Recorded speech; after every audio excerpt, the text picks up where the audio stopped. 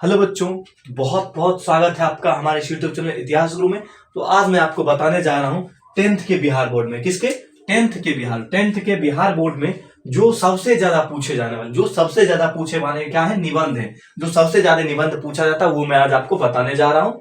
तो बिना देर के हुए हम बताते हैं इसको। तो मैं बहुत सारे ऑब्जेक्टिव का भी वीडियो आपके इस YouTube चैनल पे डाल दिया हूं। आप जाके आराम से बहुत सारे सब्जेक्ट के YouTube वीडियो भी देख सकते हैं जो आपको आसानी से मिल जाएगा।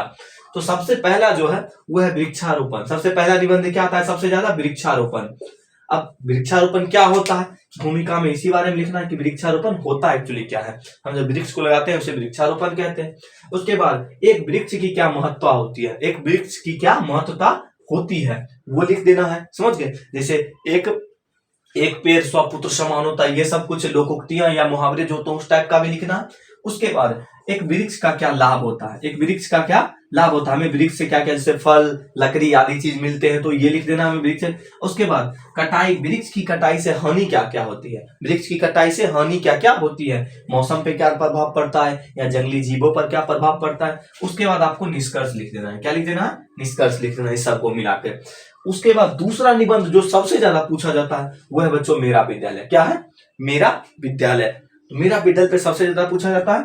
उसमें आप लिख दीजिएगा भूमिका, विद्यालय होता क्या है, जहां हम लोग विद्या ग्रहण करने आते हैं, ऐसा घर जहां विद्या मिलती है उसी को विद्यालय कहते हैं, समझ गए।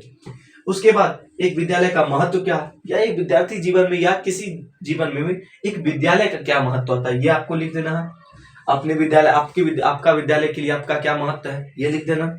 उसके बाद समस्या, क्या है समस्या, मतलब आपके विद्यालय के साथ साथ क्या क्या समस्याएं हैं, क्या क्या समस्याएं हैं, या आपने उसके सुधार के लिए क्या किया है, आपने उसके सुधार के लिए क्या किया है या क्या करवाया है ग्रामीणों के द्वारा या जो प्रतिनिधि हैं उसके द्वारा, जो शिक्षक लोग उनके द्वारा, और उससे आपका क्या निष्कर्ष निकला है, उससे क्या निष्कर्ष निकला है। इसे 100 से 150 200 लाइन वर्ड में आपको, मतलब 10-20 लाइन में और 200 शब्द में इसको लिखने रहते, तो आराम से आप लिख सकते हैं।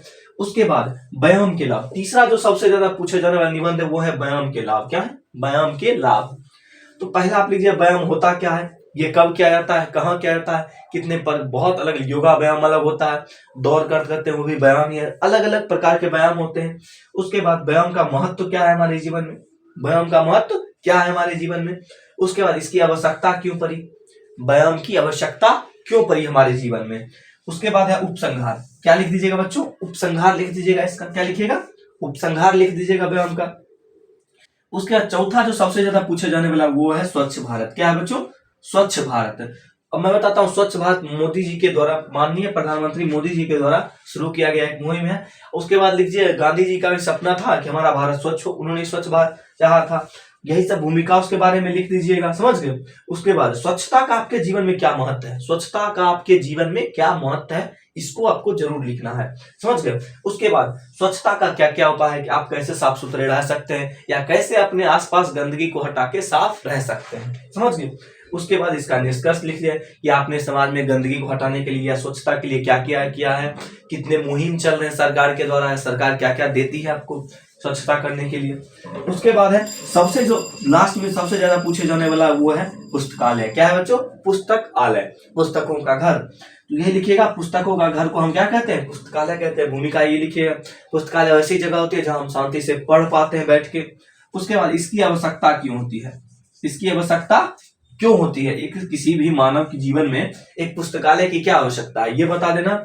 उसके बाद पुस्तकालय का आपके जीवन में क्या महत्व है, पुस्तकालय का आपके जीवन में क्या महत्व है ये लिखिएगा। उसके बाद उपसंहार लिख दीजिएगा, क्या लिखिएगा, उपसंहार, सबको मिलाकर के लिख दीजिएगा एक लाइन कि पुस्तकालय बहुत अच्छी जगह होती है जहां हमें भरपूर ज्ञान मिलता है, समझ गए। ये हमारे जीवन के लिए बहुत महत्वपूर्ण है। अगर आपके गांव में कोई पुस्तकालय है उसकी भी चर्चा कर सकते हैं कि आप वहां जाते हैं पढ़ने के लिए इस बारे में। तो यही 5 थे जिन जो सबसे ज्यादा निबंध पूछे जाते हैं। और जितने भी सब्जेक्ट के ऑब्जेक्टिव हैं, day by day objective challenge में आपके पास वीडियो पहुंच रहे हैं। अगर नहीं पहुंच रहा है तो हमारे चैनल को सब्सक्राइब कर लीजिए। इससे क्या होगा, हमको पता है आप नहीं कीजिएगा, गलत बात है, सब्सक्राइब जरूर कर लीजिए ताकि आपको ये मिलता है, ताकि आपको क्या अगले वीडियोस भी मिलते रहे। सभी सब्जेक्ट के 10th बोर्ड के मैं वीडियोस डाल रहा हूं, आपको वीडियो को शेयर करना ना भूलिएगा लाइक करके। धन्यवाद।